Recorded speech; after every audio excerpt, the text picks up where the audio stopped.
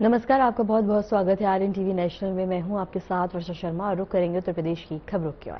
उत्तर प्रदेश की सियासत में आज बड़ा दिन है। योगी सरकार का बता दें कि 2.0 का दूसरा मंत्रिमंडल विस्तार राजभवन में होने जा रहा है। ये सिर्फ बता दें कि चेहरे नहीं जोड़ेगा, बल्कि जातीय, सामाजिक और क्षेत्रीय समीकरणों की नई परिभाषा लिखी जाएगी। 5 से 6 विधायकों की कैबिनेट एंट्री तय मानी जा रही है। तो वही मुख्यमंत्री योगी आदित्यनाथ ने राज्यपाल आनंदीबेन पटेल से मुलाकात के बाद तैयारियों को अंतिम रूप दिया है। इस विस्तार का उद्देश्य केवल नए चेहरों को शामिल करना नहीं, बल्कि बीजेपी की रणनीति के तहत सामाजिक, जातीय और क्षेत्रीय संतुलन को मजबूत करना भी है। दलित, पिछड़े वर्ग और पूर्वांचल के क्षेत्रों को विशेष प्राथमिकता दिए जाने की संभावना है।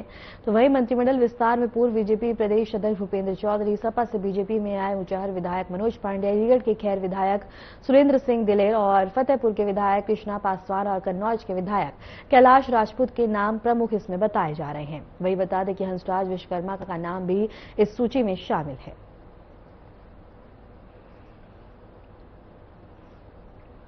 इसी पर रुक करेंगे हमारे संवाददाता वन प्रधान का। मन, क्या कुछ जानकारी है? योगी सरकार के मंत्रिमंडल का विस्तार होने जा रहा है।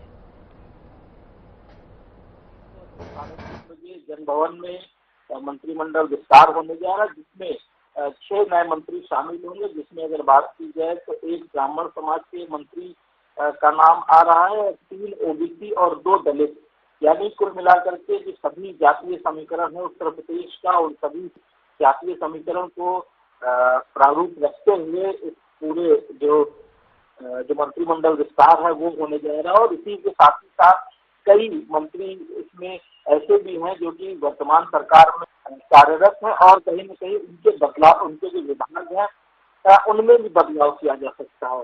तो साफ तौर पर जो स्वतंत्र प्रभार मंत्री हैं उनको हो सकता है कि कैबिनेट मंत्री का जो दर्जा है वो मिल सकता है, और साथ ही साथ जो नए 6 मंत्री हैं उनको मंत्री पद की शपथ दिलाई जाएगी। साथ ही साथ जिस तरीके से उत्तर प्रदेश में लगातार ये कयास लगाए जा रहे थे कि किस तरीके से जातीय समीकरण को बैठाना है, तो जातीय समीकरण को बैठाने के लिए सभी जाति वर्गों को देखते हुए जो मंत्रिमंडल का विस्तार है वो किया जाना सुनिश्चित किया है, जिसमें सभी जो जातीय धर्म है उन सभी को जो लगातार देखते हुए ये जो समीकरण है वो बनाया जा रहा है। हालांकि जिस तरीके से कल देर शाम को मुख्यमंत्री योगी ने राज्यपाल से बात की थी और उनसे शिष्टाचार मुलाकात की थी, और कहीं न कहीं तमाम प्रयास लगाए जा रहे थे कि कब मंत्रिमंडल विस्तार है वो हो सकता है। और उसी के ठीक थोड़ी देर बाद आधिकारिक रूप से ये घोषणा हो जाती है कि आज ये कल घोषणा होती है कि आज दिन रविवार को लगभग 3:30 बजे के वक्त जो मंत्रिमंडल विस्तार है वो होना सुनिश्चित किया जाएगा। जिसमें अगर बात की जाए वर्षा, तो जो नरेंद्र कश्यप है जो कि स्वतंत्र प्रभार राज्य मंत्री हैं, और असीम मदन जो कि स्वतंत्र प्रभार राज्य मंत्री हैं, उनको भी कहीं न कहीं कैबिनेट मंत्री की शपथ दिलाई जा सकती है। तो साथ ही साथ एक बड़ा जातीय समीकरण है, और 2027 का जो विधानसभा चुनाव है उसको ध्यान में रखते हुए जो सभी समीकरण है उनको ध्यान में रखते हुए जो कैबिनेट विस्तार है वो किया जाना सुनिश्चित किया गया है। बिल्कुल अमन, बिल्कुल जिस तरह से 2027 में चुनाव होने हैं तो उनको बिल्कुल ध्यान में रखते हुए समीकरण तैयार किए जा रहे हैं। लेकिन अगर रणनीति की बात करें, क्योंकि सबसे ज्यादा अहम ये है कि जातीय संतुलन को किस तरह से बनाया रखा जाएगा। अमन, अब देखिए, अगर जातीय समीकरण की जिस तरीके से बात की जाए, हालांकि अगर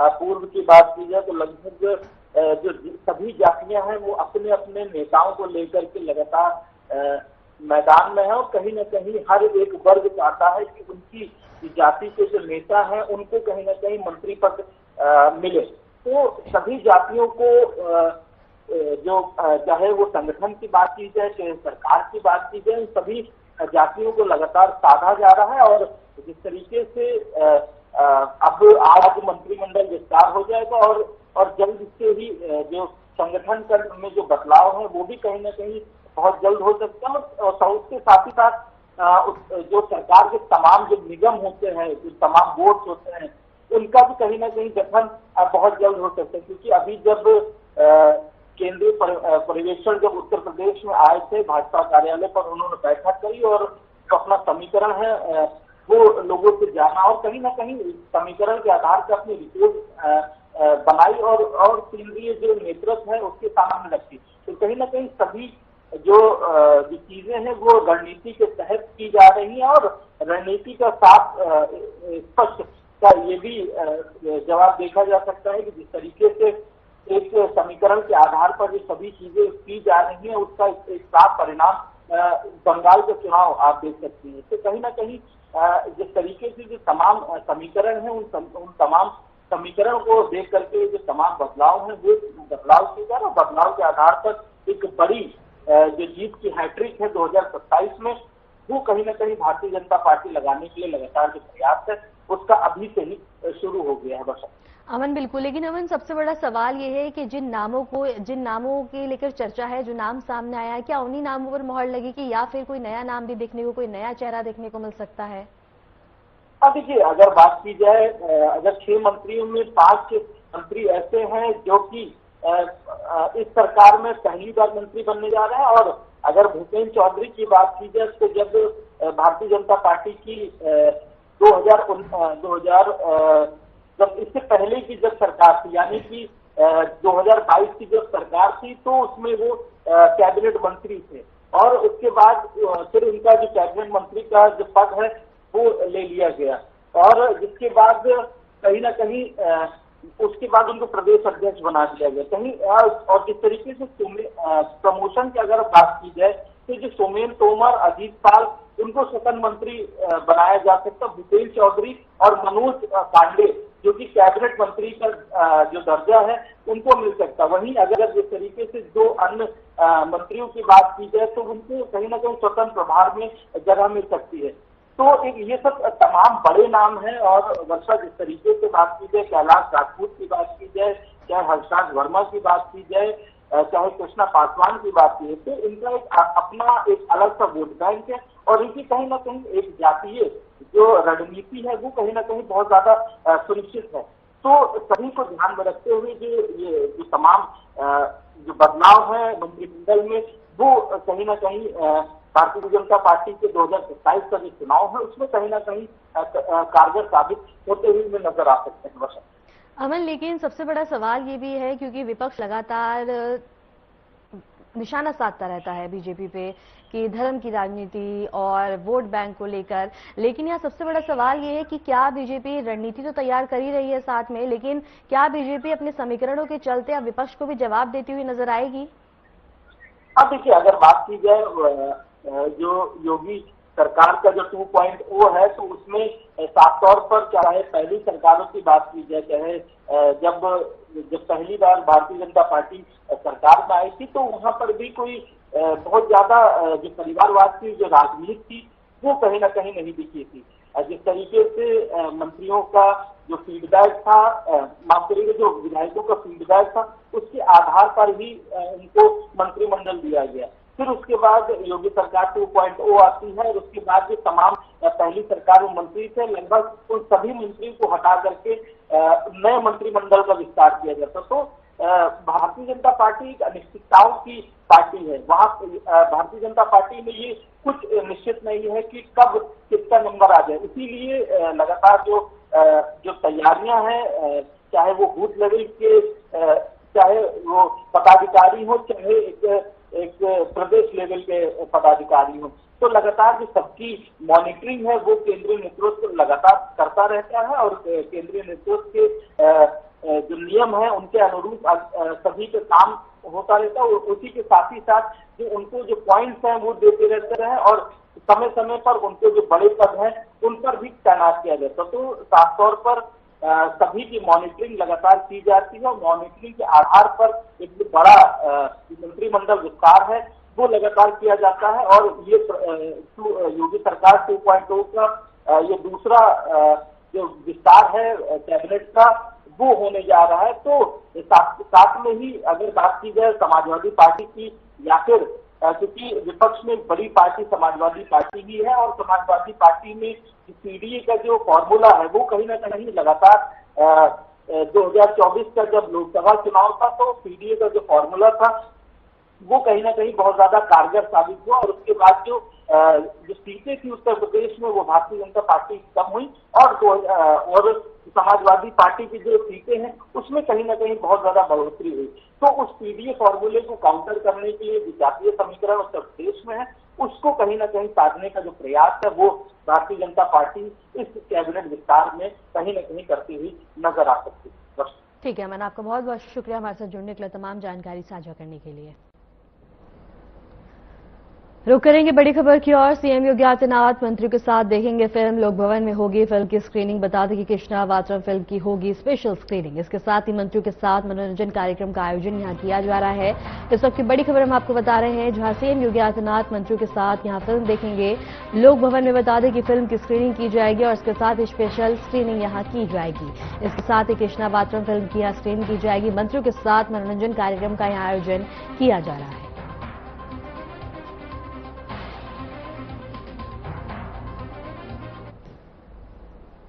तो वहीं भारतीय स्वतंत्रता संग्राम के प्रथम शंखनाद की ऐतिहासिक वर्षगांठ पर मुख्यमंत्री योगी आदित्यनाथ ने देश के सभी वीर क्रांतिकारी और अमर शहीदों को श्रद्धांजलि अर्पित की। योगी आदित्यनाथ ने अपने संदेश में कहा कि स्वतंत्रता संग्राम परंपरा की बेड़ियों को तोड़ने का वह साहसिक और संगठित प्रयास था जिसने पूरे देश में आजादी की अमर ज्योति प्रज्वलित की है। मुख्यमंत्री ने कहा कि मातृभूमि की रक्षा के लिए अपना प्राण न्यौछावर करने वाले सभी ज्ञात और अज्ञात क्रांतिकारियों का बलिदान युगों युग तक देशवासियों को राष्ट्र प्रेरणा की देता रहेगा। इसके साथ ही उन्होंने इस अवसर पर सभी वीरों को नमन करते हुए कहा कि उनके संघर्ष और बलिदान ने ही भारत की स्वतंत्रता की नींव को मजबूत किया है।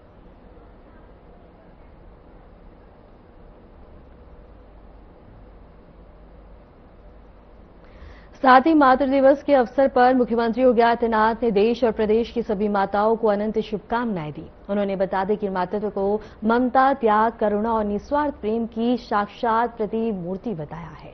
सीएम योगी ने अपने संदेश में कहा कि मां का पवित्र वात्सल्य और आशीर्वाद जीवन की वह अलौकिक शक्ति है जो व्यक्ति के भीतर श्रेष्ठ संस्कारों का निर्माण करता है और उसे हर हालात में साहस के साथ आगे बढ़ने की प्रेरणा देता है।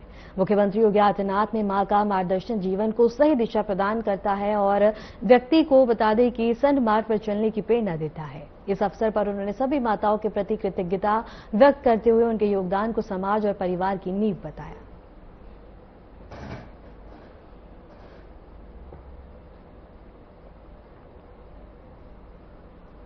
तो वहीं कासगंज में महाराणा प्रताप की गाथा फिर गूंज उठी। महाराणा प्रताप जयंती के अवसर पर भव्य समारोह का आयोजन किया गया। ये कार्यक्रम शहर के बागनेर स्थित ब्रज रिजॉर्ट में संपन्न हुआ, जिसमें बड़ी संख्या में समाज के लोग और जनप्रतिनिधि शामिल हुए। समारोह में उत्तर प्रदेश सरकार में दर्जा प्राप्त राज्य मंत्री रघुराज सिंह मुख्य अतिथि के रूप में उपस्थित रहे। उन्होंने अपने संबोधन में कहा कि भगवान राम और भगवान कृष्ण ने भी क्षत्रिय कुल में जन्म लिया था। राज्य मंत्री ने महाराणा प्रताप को महान योद्धा बताते हुए कहा कि उन्होंने मुगलों के सामने कभी आत्मसमर्पण नहीं किया और जीवन भर संघर्ष करते हुए घास की रोटी खाकर जंगलों में समय बिताया, लेकिन स्वाभिमान से समझौता नहीं किया। कार्यक्रम के अंत में सभी ने समाज में एकता और संगठन बनाए रखने और महाराणा प्रताप के आदर्शों पर चलने का संकल्प लिया।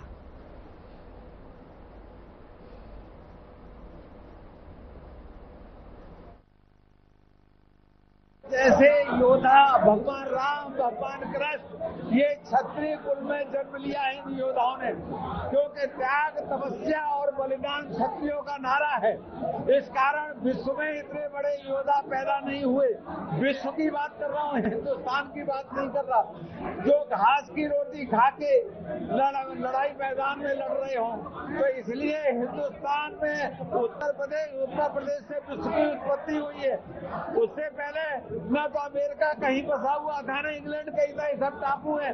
भारत माता केवल हिंदुस्तान है। इसलिए क्षत्रिय कुल में सब भगवान ने जन्म लिया है और क्षत्रिय अपनी आवाज को, अपनी वाणी को आगे पहुंचाना चाहते हैं मेहनत करके। मेहनत का कौम है ही।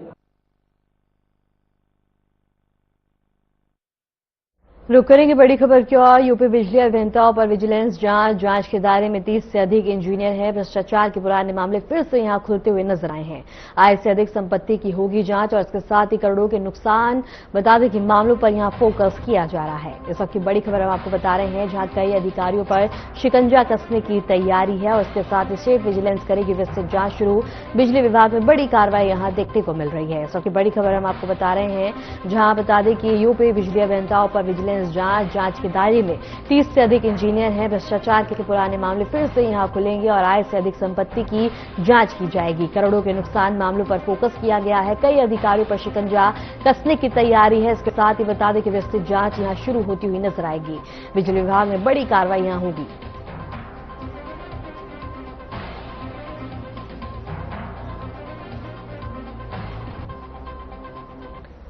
उधर लखनऊ में समाजवादी पार्टी के राष्ट्रीय अध्यक्ष अखिलेश यादव के खिलाफ लगाए गए विवादित पोस्टरों को लेकर राजनीतिक माहौल गर्मा गया। शहर के केडी सिंह बाबू स्टेडियम, मंगला बाजार चौराहा और जेल रोड चौराहा समेत कई स्थानों पर लगाए गए होर्डिंग्स पर सपा कार्यकर्ताओं ने कड़ी आपत्ति जताई है। इसके बाद सपा कार्यकर्ताओं ने मौके पर पहुंचकर इन पोस्टरों को फाड़ दिया। इस कार्रवाई का नेतृत्व सपा नेता शौकत अली ने अपने साथियों के साथ किया। उन्होंने आरोप लगाया कि लगाए गए पोस्टर राजनीतिक माहौल खराब करने और गलत संदेश देने के उद्देश्य से लगाए गए थे। फिलहाल पुलिस ने मामले को संज्ञान में ले लिया है और स्थिति पर नजर बनाए हुए है।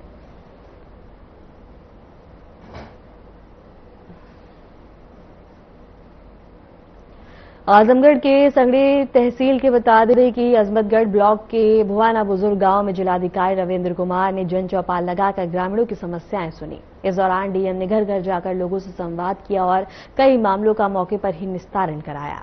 जन चौपाल में बता दें कि फार्मर रजिस्ट्री और अन्य राजस्व मामलों में लापरवाही पाए जाने पर डीएम ने कड़ा रुख अपनाते हुए संबंधित लेखपाल सूरजजीत को सस्पेंड करने के निर्देश दिए। इसके साथ ही किसानों की लंबित रजिस्ट्री और अन्य शिकायतों पर भी कार्रवाई की गई। कई योजना की समीक्षा करते हुए डीएम ने पेंशन, बिजली और जल जीवन मिशन से जुड़ी समस्याओं के समाधान के भी निर्देश दिए। कार्य में उत्कृष्ट योगदान देने वाले लखपति दीदी कलावती को सम्मानित भी किया गया और ग्रामीणों ने प्रशासन की इस पहल की सराहना की है।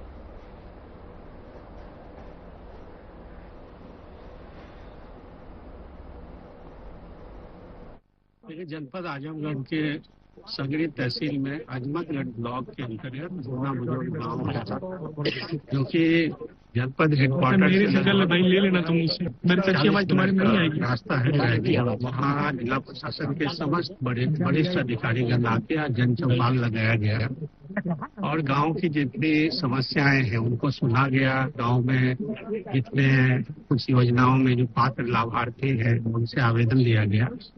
मेन इसका ध्येय ये है कि सरकार चाहती है, विशेषकर माननीय मुख्यमंत्री चाहते हैं कि सरकार की जितनी योजनाएं हैं वो समस्त पात्र लाभार्थी तक पहुंचे और जो हमारी जनता है, जो यहाँ के आम जनता है, सामान्य नागरिकगण है, उनकी समस्याओं का अस्थायी निराकरण है। उसी उद्देश्य से पूरा जिला प्रशासन इस गांव में आज आए और आपने देखा कि पिछले 3 घंटे से लगभग यहाँ पे जन चौपाल चला है।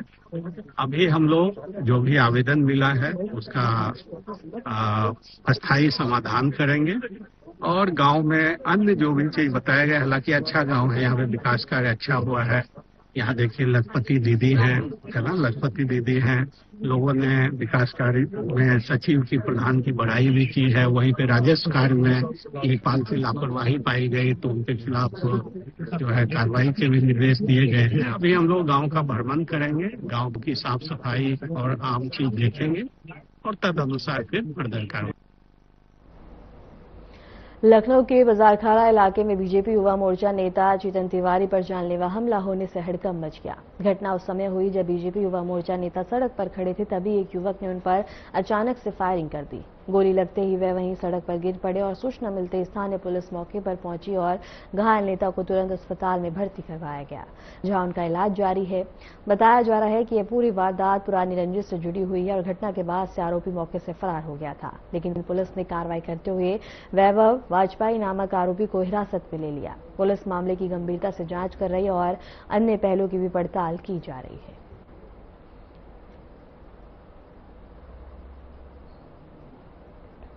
हापुड़ के थाना दलौना क्षेत्र के देरा गांव में महाराणा प्रताप जयंती के अवसर पर निकाली जा रही शोभा यात्रा के दौरान पथराव की घटना सामने आई। इस घटना से मौके पर अफरा तफरी मच गई और माहौल तनावपूर्ण हो गया। शोभा यात्रा के दौरान बता दें कि गुटखा खरीदने को लेकर दो पक्षों के बीच विवाद शुरू हुआ, जो देखते ही देखते हिंसक झड़प में बदल गया। विवाद बढ़ने पर दोनों पक्षों की ओर से पथराव किया गया, जिससे कई वाहन क्षतिग्रस्त भी हो गए। घटना की सूचना मिलते ही प्रशासनिक और पुलिस महकमे में हड़कंप मच गया और एडीजी मेरठ मौके पर पहुंचे और स्थिति का जायजा लिया।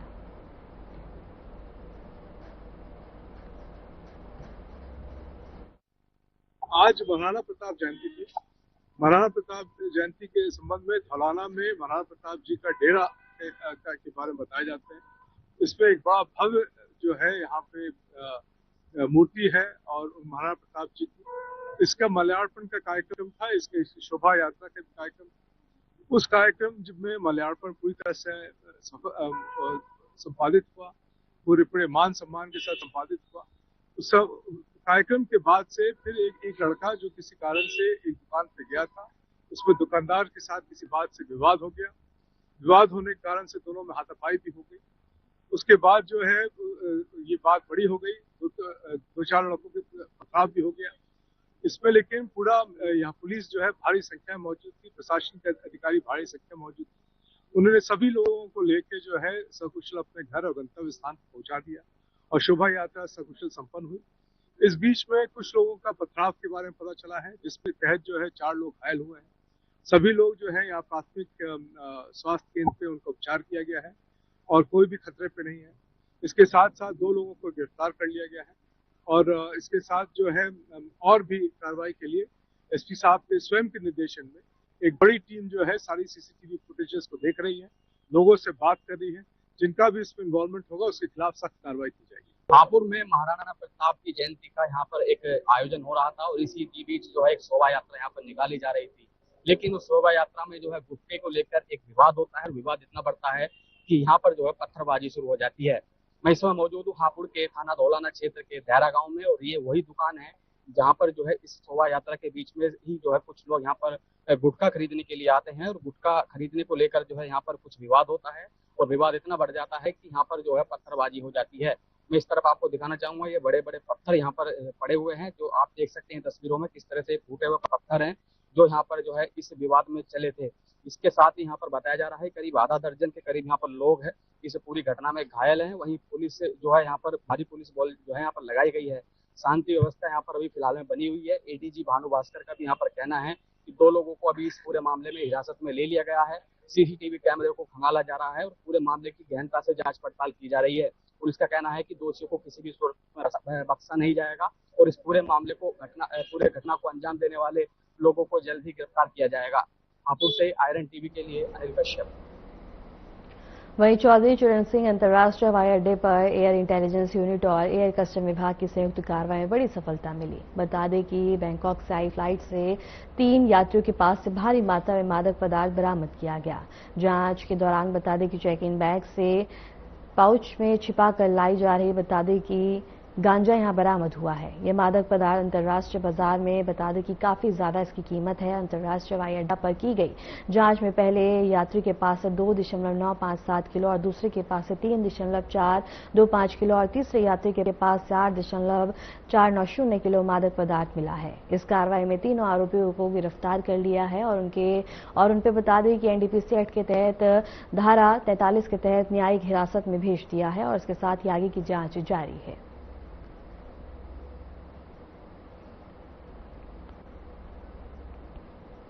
हापुड़ में गंगा एक्सप्रेसवे पर एक सड़क हादसा हो गया। बहादुरगढ़ क्षेत्र के अंतर्गत हुए इस दर्दनाक हादसे में एक बच्चे सहित 2 महिलाओं की मौत हो गई जबकि 2 लोग गंभीर रूप से घायल हो गए।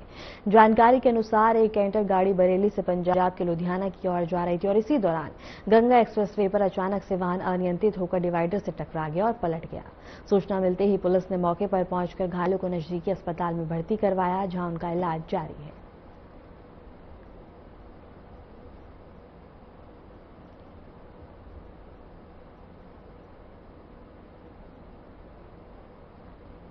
रुक करेंगे बड़ी खबर की ओर। यूपी में मौसम का डबल अटैक देखने को मिलेगा। मौसम विभाग ने जारी की है चेतावनी। लखनऊ कानपुर में यहां उमस बढ़ती हुई नजर आएगी। कई जिलों में गरज चमक की भी संभावना है। 40 से 50 किलोमीटर हवाएं चलेंगी और पश्चिमी यूपी में मौसम रहेगा अस्थिर।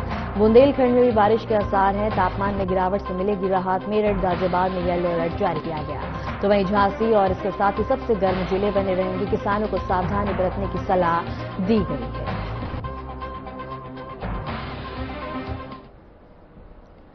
फिलहाल के लिए उत्तर प्रदेश की खबरों में इतना ही और ऐसे उत्तर प्रदेश की तमाम खबरों को जानने के लिए देखते रहें आरएन टीवी नेशनल।